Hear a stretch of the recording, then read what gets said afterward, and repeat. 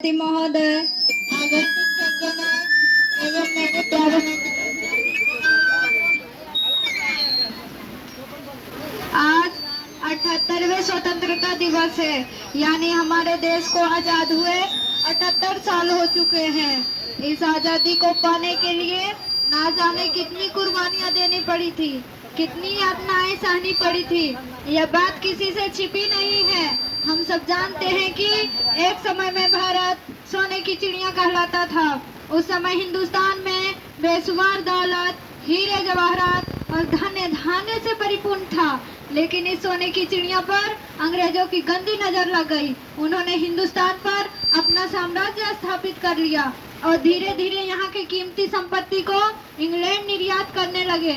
उन्होंने हिंदुस्तान पर ऐसा धाक जमाया कि वे जो बोलते थे कानून बन जाते थे और जो लिखते थे संविधान बन जाते थे। उन लोगों का जुर्म इतना बढ़ गया था कि हम भारतवासियों को भेड़ और बकरी की तरह काटते थे। उनके जुर्म सहते सहते यहाँ के वीर सपूतों को असहनीय पीड़ा होने लगी और उनके मन में जो चिंगारी सुलग रही थी वह ज्वाला के रूप में परिणत हो गया। उन्होंने कसमें खाई, भारत न रह सकेगा हरगिज गुलाम खाना, आजाद होगा होगा आना है वह जमाना, हम भेड़ और बकरी बनकर अब न जिएंगे, कर देंगे जालिमों का हम बन जुल्म ढाना। बस इसी बुलंदियों के साथ मन में आशा की चिंगारी लिए यहाँ के वीर सपूतों ने स्वतंत्रता आंदोलन में कूद पड़े। वैसे तो आजादी की लड़ाई में संपूर्ण भारत ने भाग लिया था, परंतु कुछ भारतीय वीरों ने अहिंसक आंदोलन पर अंग्रेजों को भारत छोड़ने पर विवश कर दिया था। मंगल पांडे, राष्ट्रपिता महात्मा गांधी, भगत सिंह, चंद्रशेखर आजाद, इन्होंने अपना देश को आजाद करने के लिए कई बार जेल की हवा खाई, अपना खून बहाया और लड़ते लड़ते इस देश की मिट्टी के लिए शहीद हो गए।